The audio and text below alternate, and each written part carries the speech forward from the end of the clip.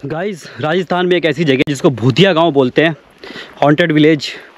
उसके पीछे की एक बहुत लंबी कहानी है। पहले मैं थोड़ा सा आपको दिखाता हूँ यहाँ कैसा गांव का क्या था, एक छोटा सा नज़ारा दिखाता हूँ।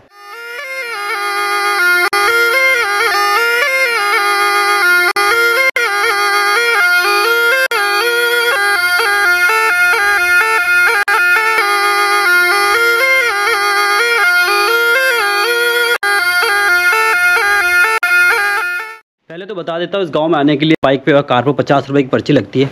इस गांव की एक कहानी है कास्ट सिस्टम पे।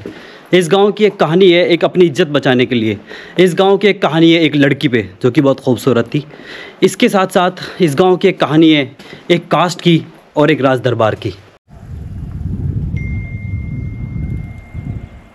ये खाली वीरान गांव बताता है एक लड़की की कहानी, एक कास्ट की कहानी जो पालीवाल कास्ट हुआ करती थी। ये खाली घर, खाली मकान, ये बताते हैं कि इस गांव ने एक अपनी लड़की के लिए एक राजा के साथ क्या किया था। इस गांव के लोगों ने क्या किया, एक पालीवाल समाज था जिस घर में पालीवाल समाज का जो एक मुखिया था उसकी लड़की बहुत खूबसूरत थी, और उस लड़की की कहानी पे ये गांव आज भूतिया घर बन चुका है। तो इस गांव की जो कहानी है वो है एक लड़की के ऊपर जिसके पिताजी ने इस पूरे गांव को भूतिया घर बना दिया है। वो पता कैसे, एक राजा हुआ करते थे जैसलमेर में। जैसलमेर के राजा है जो, उनको इस गांव की लड़की पसंद आ गई। उन्होंने बोला कि मेरे को इस लड़की को शादी करके लेके जाना है, लेकिन यहाँ कास्ट सिस्टम इतना ज़्यादा है, उस कास्ट सिस्टम के नाते इन गांव वालों ने क्या किया, उसको डिनाई किया। मुंह पे तो नहीं बंद करके, बट राजा ने उनको 3 दिन दिया, 3 दिन का मोहलत दिया, या तो आप एक्सेप्ट करो नहीं तो हम 3 दिन के बाद आके ले जाएंगे। उसके बाद उस लड़की के बाप ने अपनी कास्ट के हिसाब से गाँव के लोगों को इकट्ठा किया, और इस पालीवाल समाज के 84 गांव हुआ करते थे इसमें, जो कि प्योर ब्राह्मण होते हैं। फिर उस गांव के उस लड़की के बाप ने पूरे गांव को इकट्ठा किया और उनके सामने एक बात रखी कि आज ये जो हो रहा है मेरी लड़के के साथ हो रहा है, कल आपकी लड़की के साथ भी हो सकता है। इसी सब को ध्यान रखते हुए इस गांव के सभी लोगों ने यह डिसाइड किया कि हम लोग यहाँ से चले जाते हैं। मतलब एक जो क्रूर था दरबार, जो राजा का दरबार हुआ करता, उसकी क्रूरता के बाद क्या हुआ कि एक गाँव, 84 गाँव जिनकी एक जनसंख्या थी, अपने गाँव की इज्जत बचाने के लिए इस गाँव को छोड़ के हमेशा हमेशा के लिए चले गए।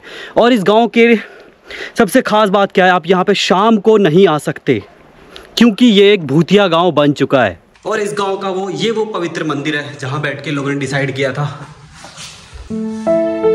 इस गांव के इस जगह से आज भी डेड बॉडीज का स्मेल आता है। इसके नीचे एक तहखाना है, मैं अभी दिखाता हूँ, जो पूरा का पूरा भरा हुआ है बैट से, पूरा का पूरा बैट से भरा हुआ है। ठीक इस मंदिर के नीचे होता है तहखाना। अभी उस तहखाने जाके बैट्स दिखाता हूँ मैं।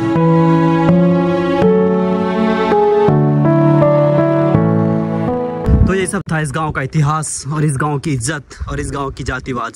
आज भी राजस्थान में जात सबसे ज़्यादा इंपॉर्टेंट रहती है। मैं भी कहीं रुकता हूँ तो लोग मेरे से पूछते हैं आप किस जात के हो।